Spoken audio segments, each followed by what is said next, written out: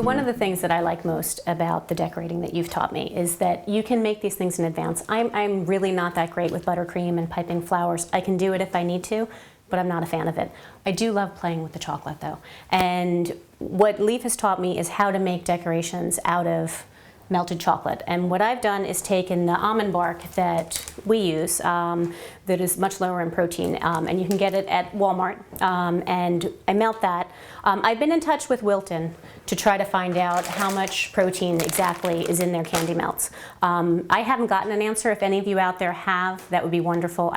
And what they say is the serving is less than 1 gram. So if you feel comfortable using that, not knowing the exact protein content, it's eliminating one step for you. You can always just buy these, but if you're not that comfortable, you can use the almond bark, and what you use is something called candy coloring. And it has a little tiny K on it, and it comes in little tubs, and it's an oil-based one, because if you use the ones that you get at the supermarket, the water in that will seize the chocolate or seize the almond bark and make it that you can't work with it. So you do have to make sure you have the candy coloring. And what we were doing was we were melting it. And this is called a double boiler. And it is a pan over here, and it has water in it. And in that is the bowl.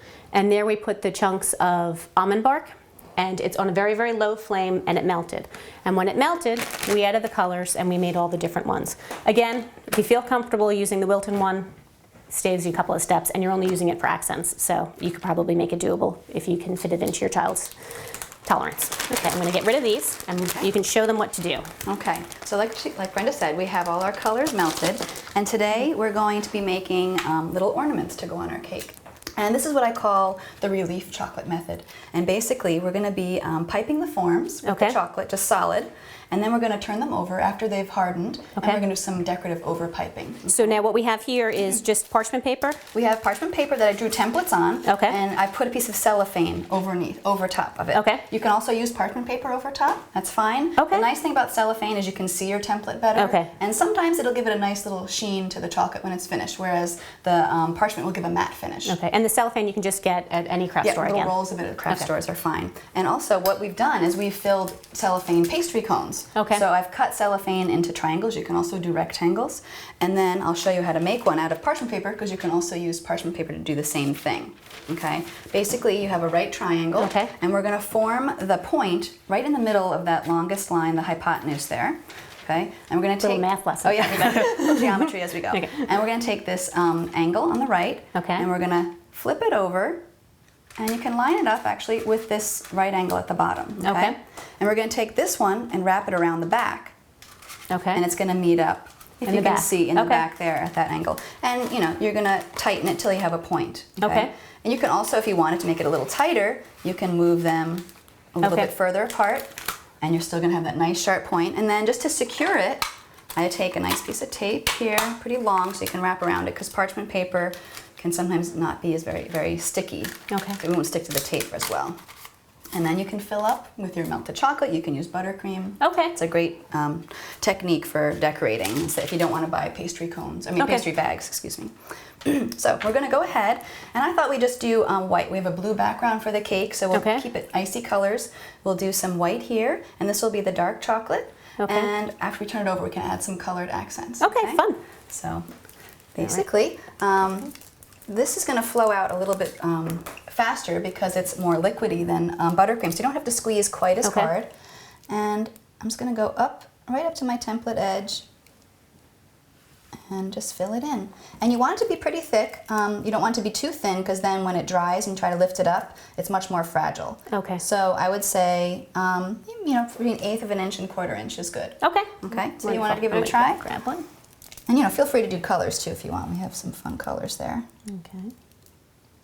And you trace the outline first and then fill it in? You don't have to. You can actually squeeze right up to the edge if you want, but I like to just give it a quick outline just to make the form more defined.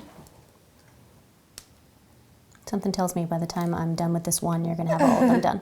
And also another thing, when you're piping large forms like this, the larger the hole that you cut in the pastry bag, the faster it is to squeeze out. Okay. And it'll make it a lot more efficient if you want. But you're welcome to use smaller ones. Just beware that if you're in a colder environment, as you pipe, you run the risk of the almond bark or the chocolate starting to dry. Okay. And then as you overpipe more, it's going to give a sort of lacy effect. So when you are actually going to flip these over, when you Okay. flip it over, it won't be flat. It'll have a little texture. So we are flipping it over. It doesn't matter that this is going to be a little so bumpy. this can be bumpy. This is fine. And what you've done to keep this warm, is this just the heating pad? Heating pad. You can also use the double boiler like you mentioned. Okay. You can put a sheet pan over it. Okay. Just keep it at like barely simmering. You can even turn it off every once in a while, and that'll keep it at a good temperature. You just have to check it when it's on the double boiler, because sometimes it can overheat a little bit. And what I found with the almond bark is that you do need to add a tiny bit of, I would say probably, what did we add, 3 drops? Yeah. 3 drops of vegetable oil to make it smooth, make it a little bit smoother. And I found that it burns a little bit quicker than the Wilton melts. So make sure you really keep your eye on it, mix it up. And what I did, it had a few lumps in it. So what I did was I put it through a sieve and just got all those little lumps out, so it was much smoother to work with. Okay. And as you notice, I made these 2 pieces separate. This is the little top. Okay. And we can also, if you want, you can just freehand like a little loop, which will also connect later if you want. Freehand, I'm in trouble. You can also connect it right to the form if you want, like that. That might be a little easier for you.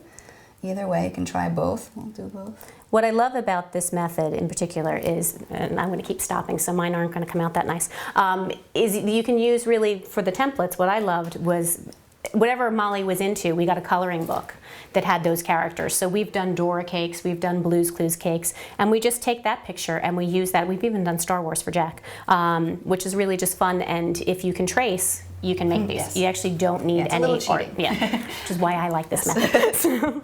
You know, you can also draw your own templates if you feel more artistic, but I think your idea is great. Yes. And what you can do is you can let these basically sit at room temperature until they harden up. Okay. You can also do what I call a flash freeze. Okay. And you can put them in your freezer until they're hardened. Just be careful that you don't leave them in there for too long. What would happen? Because what can happen is if you leave them, let's say, there for an hour, you take them out, they'll start to sweat as they come to room temperature, and it can leave little beads of water on it. And I do that. Yeah, it's not the prettiest, but you know, it's not the end of the world. You can. And now, how far in advance can you make these decorations? Well, chocolate has a shelf life of about a year. Now, we don't usually make them that far in advance. I think the most we do in advance is maybe a month when we're coming up to holidays that we have to prep a lot for. Okay. Generally, we do it a week ahead, but you know, we can go up to a month ahead and make these. You just want to store them in a cool, dry place. Okay, so no fridge, no freezer. No fridge. You know, try to avoid humidity if possible when you're you know, just storing chocolate in general.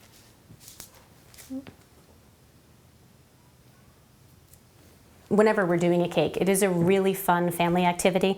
Molly's actually gotten quite good at it. And it's just a fun thing to do with kids. It's just, again, bringing the family back into the holidays and trying to alleviate some of the stress. Okay, so these have hardened up and they're ready to flip over. And sometimes you can just flip them right over that easily. Okay. If you're a little bit more nervous, you can actually lift up the cellophane and sort of peel it away a little bit more slowly. Okay. So we're going to flip them all over. So I'm just going to choose some icy colors. Again, I have like icy blues, like a lighter green, lavender, pinks. So you can choose whatever colors. You can even just do chocolate if you want. Okay. And we're just going to go ahead and just pipe some designs. So maybe I'll start with just some lines and maybe some dots. Go ahead and do. All right.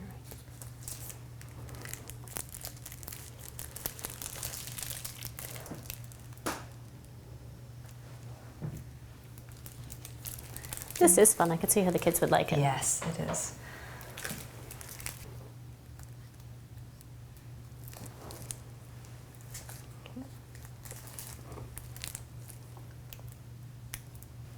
And once you have your designs ready, I'll just show you. You can also overpipe little decorations on the tops. Just give it a little dimension. Oh, very cool.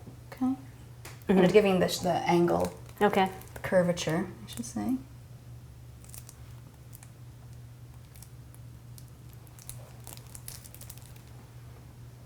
I'm going to let these harden, but what we're going to do is we're going to add a little dot of chocolate. Okay. And then chocolate acts like glue, and as it hardens, it's going to stick to it. Oh, okay. Very pretty.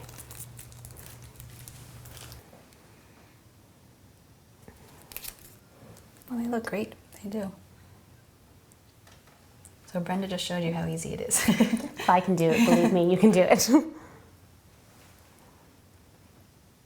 So again, we would just wait till these are hardened. Okay. I think mine are already set up, and we can go ahead and put them on the cake and do some finishing touches. Very cool. So I'm just gonna.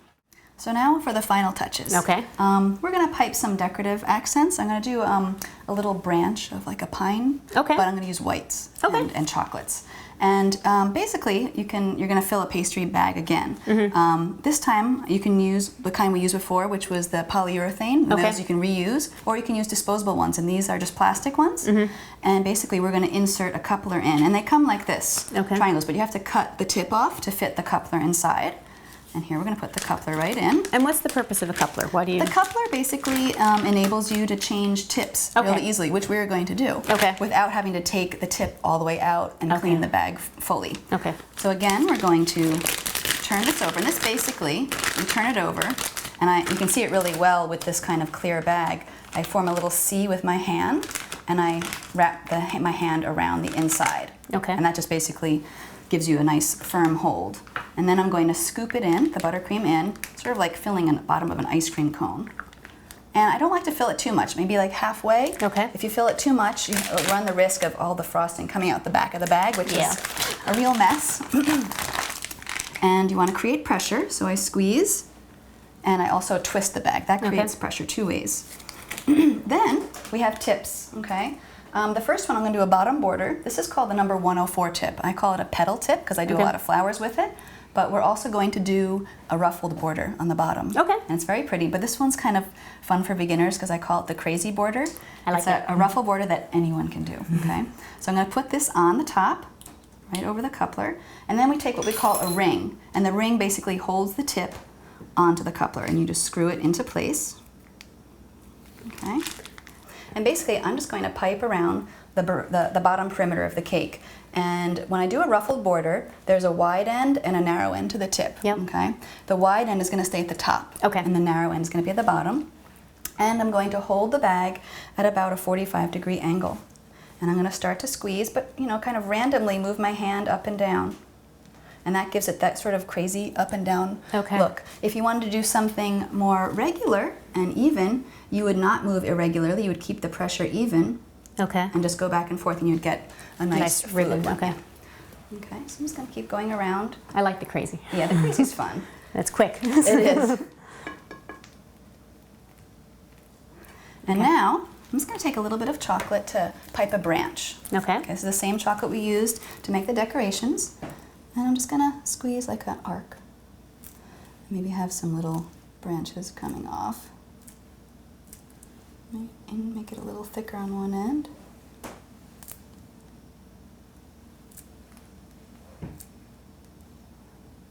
Okay. Now, like I said, the great thing about the coupler is you can change tips. So I'm going to screw that one off. Okay.